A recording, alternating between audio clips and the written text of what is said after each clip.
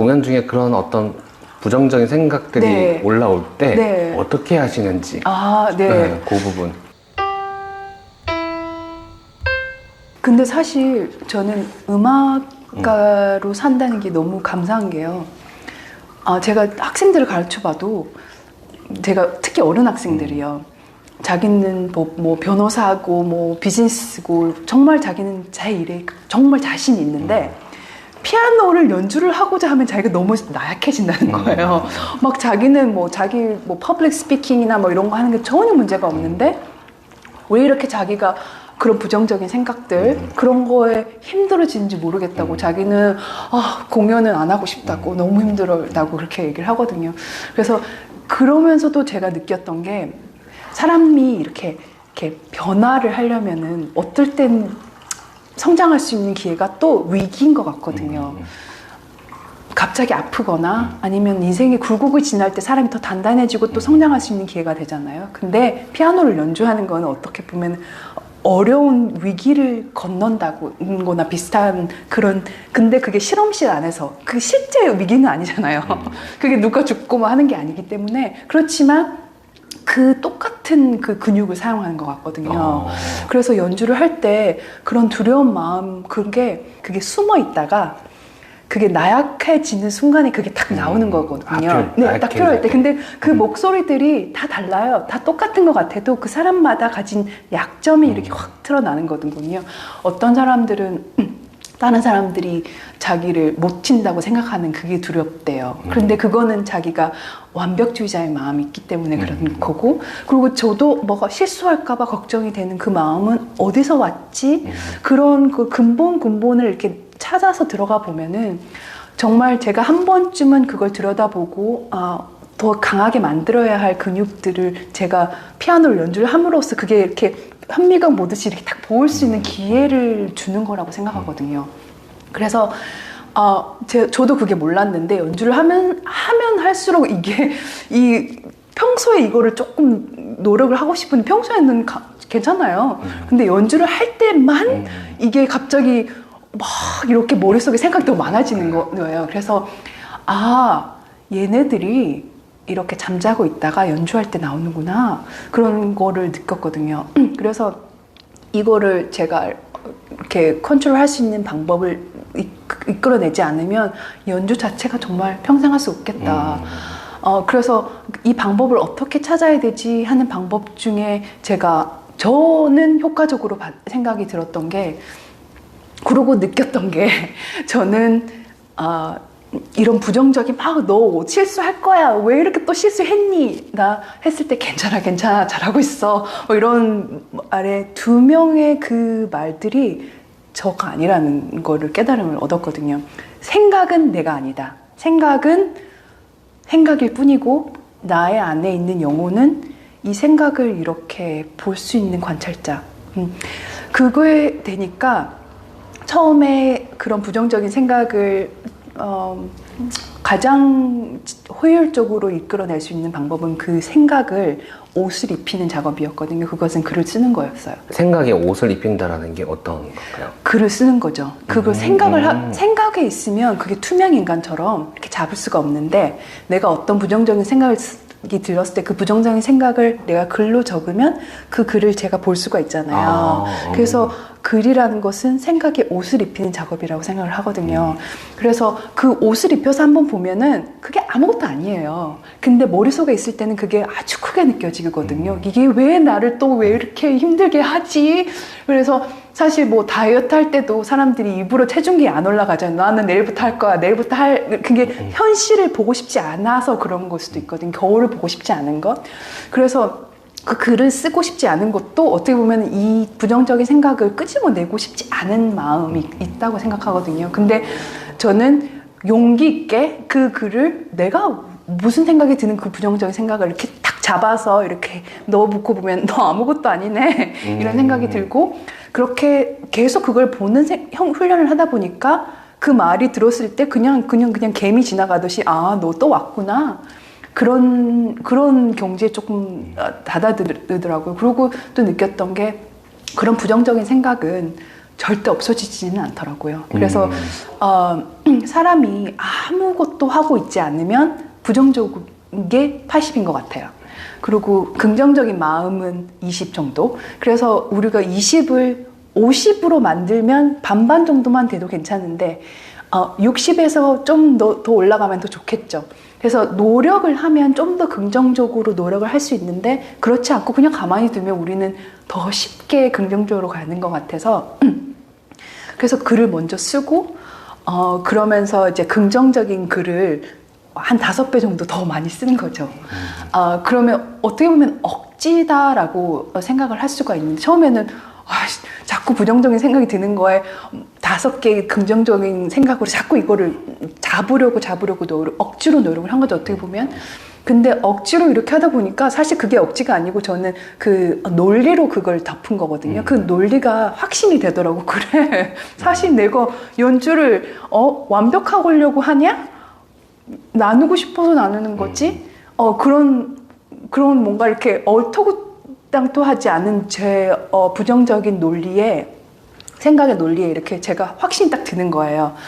그러면서도 그거를 매일매일 어떻게 보면 마음 훈련을 해야 된다는 그런 깨달음도 얻었고 한 번 했다고 그게 끝나는 게 아니라 피아노 연습을 매일 하듯이 그런 마음 훈련도 매일매일 하다 보면은 언젠가는 저는 오늘 지금 연주를 한다고 해도 떨리거든요. 오늘 지금 연주를 한다고 해도 부정적인 생각이 들거든요. 그럼에도 불구하고 이제 그 생각들은 이렇게 왔다가 갔다가 하고 저의 안에 있는 그 영혼은 음악에만 집중할 수 있는 그 집중력을 기르는 연습을 통해서 현재에 집중할 수 있는 거죠. 그런 그런 부정적인 생각일 때는 제 지각이 미래에 있거나 과거에 있거든요. 실수한 거에 생각이거나 실수할 것에 대한 생각이거나 아니면 제가 컨트롤할 수 없는 다른 사람에 대한 생각이거나 그럴 때 제가 현재에 집중하고 그런 관찰자의 입장으로 제가 정말 하고 있는 그 음악의 소리, 음악의 느낌, 음악의 표현, 음악의 감정 그렇게 하다 보면은 그 생각들이 그냥 이렇게 화면처럼 그냥 있는 그런 경지에는 다다르는 것 같아요. 그렇다고 해도 언제는 좀 그 머릿속 전쟁이 더 심한 날이 있고 언제는 또 조용한 날이 있고 그렇지만 어떻게 그걸 다스려야 되는 법은 조금은 알 것 같아요. 공연 중에 확 이렇게 몰입이 되어 있는 어떤 그런 상태에서 그 생각 없이 오직 여기에만 딱 집중되어 있는 어떤 그런 상태? 몰입의 상태라고 하나요? 그런 상태를 많이 느끼시나요? 그리고 그렇게 들어가려고 하시나요? 의도하시나요? 사실 몰입을 하는 게 연습의 전부예요. 그래서 매일매일 연습할 때 사실 뭐 이 손가락을 이렇게 어떻게 올려야 되는지 그것도 사실 연습이지만 그 연습보다 더 중요하게 하는 것은 그래서 내가 표현하고자 하는 이게 하려면 어떤 손가락 번호를 써야 되고 어떤 테크닉을 써야 되는 그게 부수적으로 나오는 거지 그 처음에 하려는 그 몰입 그 작곡가가 얘기하려는 그 감정에 대한 생각들은 거의 100%가 그거의 이유거든. 음악을 하는 이유이기도 하고요. 그래서 저는 연주를 할 때 몰입할 수 있는 연주가 제 최고의 연주라고 생각하거든요. 그 최고의 연주가 실수가 없는 연주는 아니에요. 그러면 인간이니까 실수를 할 수밖에 없고 그렇지만 몰입했다면 괜찮다. 그리고 그때 그 카네기홀 연주 같은 경우에는 제가 평생을 두고도 한번 다시 그 순간에 돌아가고 싶다라는 그런 바람이 있는 게 그 순간에 제가 딱 첫음을 쳤는데 깨고 나니까 마지막 음을 치고 있었거든요. 그만큼 몰입할 수 있었던 그만큼의 레벨은 처음이었던 것 같아요. 그래서 그게 다 깼을 때 1시간 반이 지났거든요. 근데 그 순간에 1시간 반이 지났는데 그게 1분처럼 느껴졌고 그렇지만 그 시간이 존재하지 않는 시간이 없는 그런 상태에 제가 딱 들어갔다 나왔는데 보통 연주회 때 그게 늘 들어갔다 나오는 경험을 하는데 그만큼 처음부터 끝까지 그렇게 몰입할 수 있었던 것은 정말 제 인생을 두고도 드문 경우였고 그걸 늘 바라죠. 근데 카네기 홀이 또 웃긴 게 녹화나 녹음을 금지되어 있어요. 그래서 그 연주를 저도 들을 수가 없고 그거는 오로지 그때 참석했던 관객과 저의 마음속에 남아있는 거예요. 그래요? 와. 근데 어떻게 보면은 그렇기 때문에 더 소중한 기억일 수도 있을 것 같아요. 그래서 잡을 수 없는 기억이잖아요. 느낌으로 느끼는 그 기억을 오늘도 연습하면서 그걸 꿈꾸죠. 그 말씀만 들었는데도 그 공간에 지금 있었던 것 같고 네. 그런 느낌이 막 들었거든요. 네. 또 감사합니다. 그런 경험담을 말씀해 주셔서 너무 감사드리고 그리고 또 궁금했던 부분이 나의 연주가 관객들로 연결된다라는 게 네. 어떤 건지. 네. 그러니까 제가 몰입한다는 얘기를 지금 했잖아요. 근데 누군가가 이렇게 몰입을 하잖아요. 그러면은 보는 사람도 몰입이 돼요. 그건 정말 전염된다고 생각을 하거든요. 근데 그게 어떤 사람이 정말 연기를 잘하면은 그게 확 빠져드는 거나 마찬가지인데 음악이 정말 저는 신이 우리에게 주신 선물이라고 생각하는 게 음악으로 몰입을 같이 당하잖아요. 당한다고 하는 게 그러면은 저는 그렇게 몰입을 했을 때 이 공간에 있지 않고 4차원에 있잖아요. 이렇게 시간과 공간을 초월한 어떤 공간, 영혼의 공간에 이렇게 하는데 그 사람들도 거기에 가요. 그렇기 때문에 제가 어떤 뭐 라흐마니노프의 어떤 곡을 아픔을 정말 표현하고 저도 아파요. 그걸 표현하면서 그러면 저는 저의 아픔을 생각할 수도 있고 저의 과거를 생각할 수도 있고 그런 아픔에 대한 그런 추상적인 거를 표현하고 있는데 듣는 사람들은 뭐가 갑자기 자기가 옛날에 느꼈던 그 아픔 기억이 갑자기 되살아나면서 거기에 갈 수 있는 거죠. 그 사람은 또 공간을 또 초월한 거죠. 시공간을 초월하면서 그 사람만의 경험을 하는 거예요. 저는 저만의 경험을 하고 있지만 그 사람은 또 그 사람만의 경험을 하면서 우리는 그 음악으로 연결되어 있죠. 그래서 저는 연주를 하면서도 제가 몰입을만 한다면 그 사람들은 분명히 저와 같이 가고 있다는 확신이 있거든요. 그 사람이 나는 정말 이 사람이 몰입하고 있어라고 말하지 않아도 그 에너지로 또 느껴져요. 그래서 사실 애들이 많은 연주는 힘들거든요. 그래서 사실 저 연주는 어린 관객은 조금 힘들어요. 왜냐하면 제가 그렇게 몰입하고 있는데 막 이렇게 하고 있으면은 제가 몰입이 좀 힘들고 왜냐하면 같이 몰입하고 있는 에너지를 받아야 저도 더 들어갈 수 있거든요. 그래서 같이 이렇게 몰입을 하면서 그때는 이 사람이 몰입을 하고 있나 안 하고 있나 생각을 전혀 하진 않죠.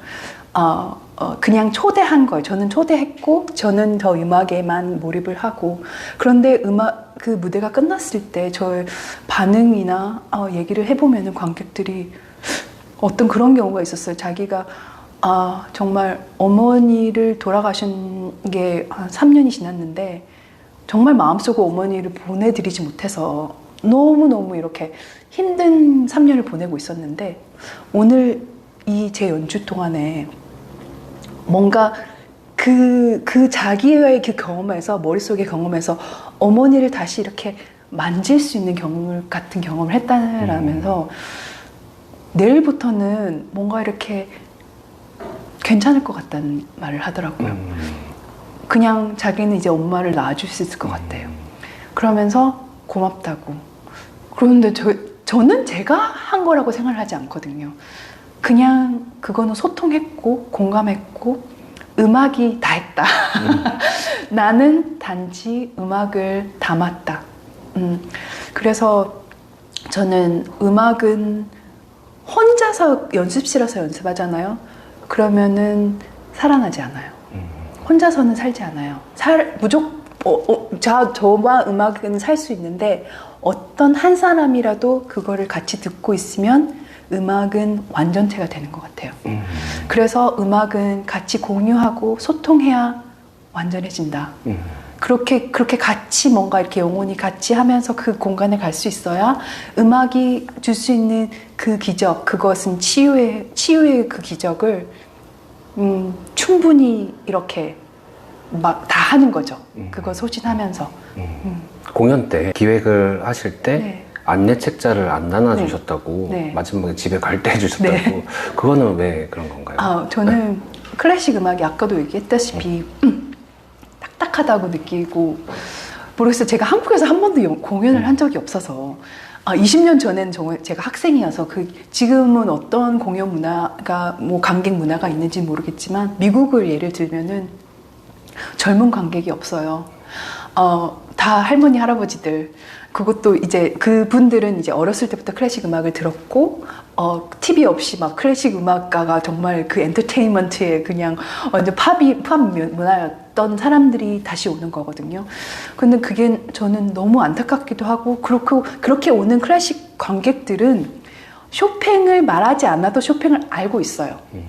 그래서 뭔가 이렇게 책자를 보면서 이 사람이 뭐 치는구나 뭔가 이렇게 문화생활의 하나로 이렇게 공연을 와주시는 경우가 많은데 저는 어떻게 보면 소외된 그 관객들 클래식 음악을 한 번도 제대로 경험해보지 못했던 이 사람들에게는 알지 않아도 음악 그 하나로 이해될 수 있다라는 거를 전하고 싶었거든요.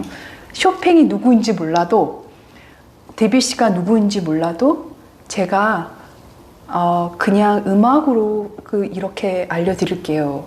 그래서 안내 책자를 아예 주지 않는 것은 이 사람들이 뭐야 아는 사람들은 좀 알고 싶은데 이런 마음이 있고 모르는 사람들은 전혀 상관이 없죠.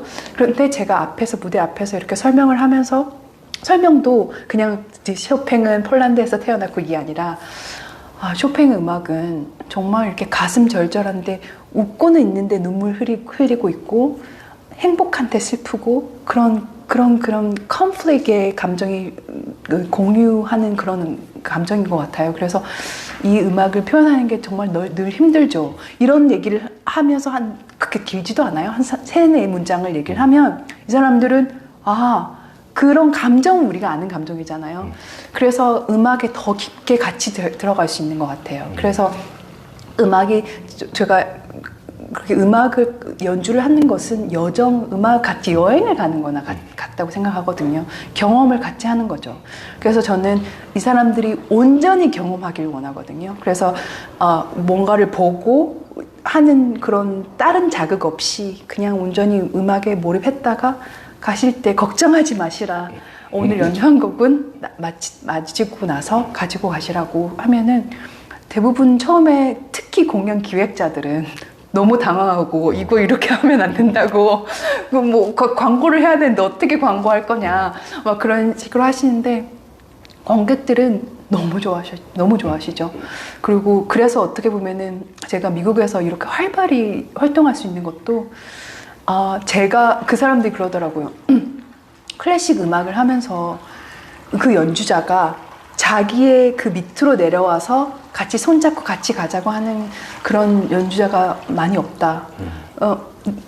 그게 무대에서 연주하고 그냥 무대 뒤로 사라지는 뭔가 이렇게 뭐가 신적인 존재 막 근데 제가 몰라도 돼요. 그렇지만 뭔가 같이 몰입하게 해주고 그러니까 이렇게 사람들이 정말 열광하는 그런 이유가 그런 것 같아요. 왜냐하면 자기들도 한번 경험해 보니까 클래식 음악이 너무 좋거든요. 그래서 저를 통해서 저는 이렇게 클래식 음악의 문 같은 존재라고 하더라고요. 제 문을 통해서 클래식 음악을 한번 경험하게 되면 그 다음에는 다른 어떻게 보면 좀 딱딱할 수 있는 연주를 가더라도 이미 한번 제대로 경험했기 때문에 이제는 어떤 다른 방법으로 정통적인 방법으로 듣더라도 좀 마음이 조금 좀 연약해지고 이렇게 좀 몰랑몰랑해진 상태가 된 거죠. 감사합니다. 저도 몰라서 못 들었구나라고 생각을 했었는데 클래식 음악을 많이 안 들어봤거든요. 네. 왜냐면 지루할 것 같은데 이게 있는데 근데 얘기 들어보니까 이게 알아야 들을 수 있는 부분이 아니고 네. 그냥 느껴야 돼요. 거네요. 네, 맞아요. 맞아요. 그리고 클래식 음악이 사실은 클래식 음악만큼 그 인간의 복잡한 감정을 그렇게 표현한 감정이 그 예술이 없는 것 같아요. 그래서 그 클래식 음악만큼 가슴에 완전 콱 이렇게 꽂힐 수 있는 그런 강력한 매직 파워가 있다고 생각을 하거든요. 근데 그거를 이제 쇼팽 때에도 그때 느꼈던 아픔과 사랑과 희열과 희망들은 지금도 우리 인간은 겪고 있는 거잖아요. 그 인간의 감정을 클래식 음악만큼 그렇게 잘 표현하고 그렇게 표현해 줬기 때문에 공감될 수 있는 예술이 있을까. 그런데 어렵게 생각하지 않고 그냥 느끼는 것이라고 생각하면은 제대로 못 느껴봐서 안 하는 거지 한 번 느끼면 빠져나올 수 없을 것 같아요. 갑자기 이제 든 생각인데요. 네. 그 이제 음악을 통해서 네. 아까 말씀하셨던 그 몰입의 상태로 관객과 공연자 같이 이렇게 갔을 때 네. 같은 감정을 각각이지만 어떤 같은 공간에 있는 그 느낌이 왔을 때 어떤 치유적인 부분들이 네. 있을 것 같아요. 네, 그런 맞아요. 경험들이 있었던 것 같고 왜 그럴까요? 이게 왜 치유라는 어떤 느낌이 들까요? 왜냐면은 보통 사실 아픈 거를 우리는 담고 있잖아요. 근데 음악은 표현하잖아요. 아픔을. 근데 우리가 사실은 아픔을 예술로 표현하진 않잖아요. 그런데 이렇게 음악 안에서 아픔을 그렇게 아름답지만 아프게 표현하는 것을 느끼면은 이렇게 탁 어디 숨어 있던지 아니면 탁 잡고 있던 그 아픔이 이렇게 좀 풀리는 것 같은 것 같아요. 그래서 걔가 음악이 그 마법이 소리잖아요. 그 소리가 주는 그런 기적이 있는 것 같거든요. 제가 만약에 지금 천국에 간다면 천국은 그런 어떤 모습이 아니라 그런 소리가 들리는 게 저는 천국을 제가 지금 묘사를 한다면 천국은 그런 감정이고 감정이 뭐 이렇게 뭔가 이렇게 무아지경에 있는 그런 행복한데 그런 행복한 게 아니라 정말 환희와 그런 천사의 목소리 같은 그런 합창단과 그런 저는 음악이 들리거든요. 그래서 그 소리라는 게 정말 우리 영혼과 이렇게 맞닿아 있다라는 생각이 들어요. 그래서 그런 소리와 감정이 이렇게 만났을 때, 그 우리의 이렇게 엉켜져 있던 감정을, 한번 그러면서 울 수 있잖아요. 내가 너무 힘든데 어떤 슬픈 음악 들으면 정말 막 이렇게 난리 나잖아요. 이별했을 때 이별 음악 들으면 끝장나는 것처럼. 근데 이별 음악은 그냥 무겁게만 갈 수도 있는데 그 가사가 있기 때문에. 근데 클래식 음악은 뭐 성악 음악은 그렇다가 악기 음악이나 그런 거는 그냥 그 음악을 풀어서 어떻게든 마지막에는 희망으로 가는 것 같거든요. 그래서 아프고 힘들지만 왜 영화 끝나고 슬픈 영화 마지막에 아주 좋은 장면 보여줄 때 거기로 갈 수 있는 그런 루트를 조금 보여주지 않나. 그래서 내가 지금 너무 힘들고 아프지만 음악을 듣고 나서 그 다음에 초월했을 때 거기를 한 번쯤 경험을 하게 해주는 것 같아요. 와, 오늘 새로운 세계로 지금 가는 것 같은 느낌이네요. 너무 감사합니다. 되게 많은 분들이 좋아하실 것 같아요. 저도 뭔가 여기 안에서 울컥하는 부분들이 느껴졌는데 어떤 부분에서요? 그러니까 상처라는 부분이